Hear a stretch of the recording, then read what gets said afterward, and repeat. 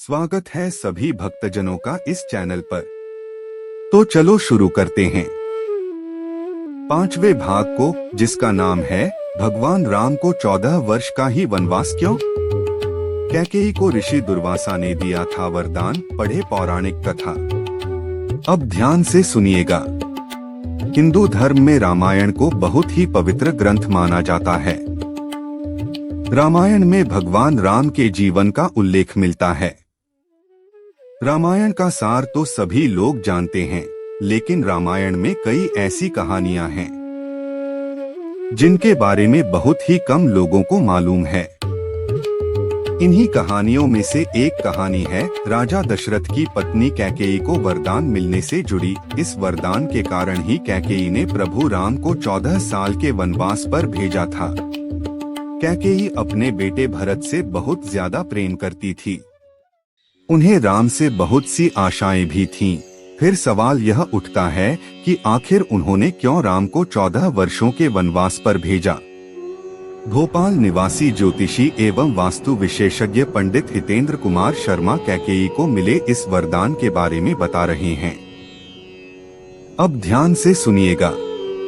एक दिन क्या हुआ कि राजा दशरथ के विवाह के पहले कैकेयी महर्षि दुर्वासा की सेवा किया करती थीं। कैकेयी की सेवा से प्रसन्न होकर महर्षि दुर्वासा ने कैकेयी का एक हाथ वज्र का बना दिया था और आशीर्वाद दिया था कि भविष्य में भगवान तुम्हारी गोद में खेलेंगे। समय बीतता गया और कैकेयी का विवाह राजा दशरथ के साथ हुआ। कई सालों के बाद स्वर्ग में देवासुर संग्राम प्रारंभ हो गया। देवराज इंद्र ने राजा दशरथ को सहायता के लिए बुलाया। रानी कैकेयी भी महाराज की रक्षा के लिए सारथी बनकर देवासुर संग्राम में पहुंची थी। युद्ध के दौरान महाराज दशरथ के रथ के पहिए की कील निकल गई और रथ लड़खड़ाने लगा। ऐसे में कैकेयी ने कील की जगह अपनी उंगली लगा दी और महाराज की जान बचा ली।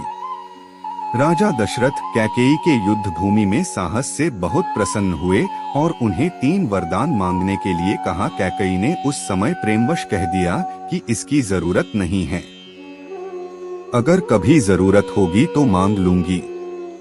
कैकेयी ने राजा दशरथ को इसी वरदान के जाल में फंसा लिया और राम के लिए 14 वर्ष का वनवास मांग लिया। लेकिन राम के लिए कैकेयी ने 14 वर्ष का वनवास ही क्यों मांगा? इसके पीछे कई अनेक राज हैं। चलिए पहले हम जानते हैं कि 14 वर्षों का ही वनवास क्यों था।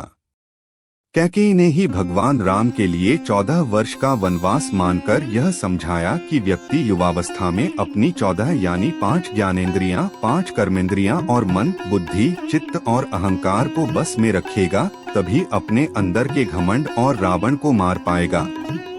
और दूसरी बात, कैकेयी को था राम पर भरोसा। जिस समय यह घटना अयोध्या में घट रही थी, उस समय रावण की आयु में केवल 14 वर्ष ही शेष बचे थे। यह बात कैकेयी जानती थी। यह घटना तो अयोध्या में घट रही थी, लेकिन इसकी योजना देवलोक में बनी थी। कैकेयी को राम पर भरोसा था, लेकिन दशरथ को नहीं, क्योंकि वह राम के साथ पुत्र मोह में बंधे हुए थे। लेकिन और एक रहस्य है जिसमें भगवान राम श्री हरि विष्णु के अवतार थे। यह सारी योजना उन्हीं की बनाई हुई थी। इस योजना में भगवान राम ने सरस्वती से मंथरा की मति में अपनी योजना डलवाई। मंथरा ने कैकेयी को वही सब सुनाया और समझाया जो सरस्वती करवाना चाहती थी। इसके सूत्रधार स्वयं भगवान श्री हरि विष्णु थे। उन्होंने ही यह योजना तैयार की थी। तो कैसी लगी यह रोमांचक कहानी? स्वयं विष्णु ने की थी ये पूरी योजना। अगर ये वीडियो और कहानी आपको अच्छी लगी हो तो उसे सभी भक्त जनों के साथ साझा करें।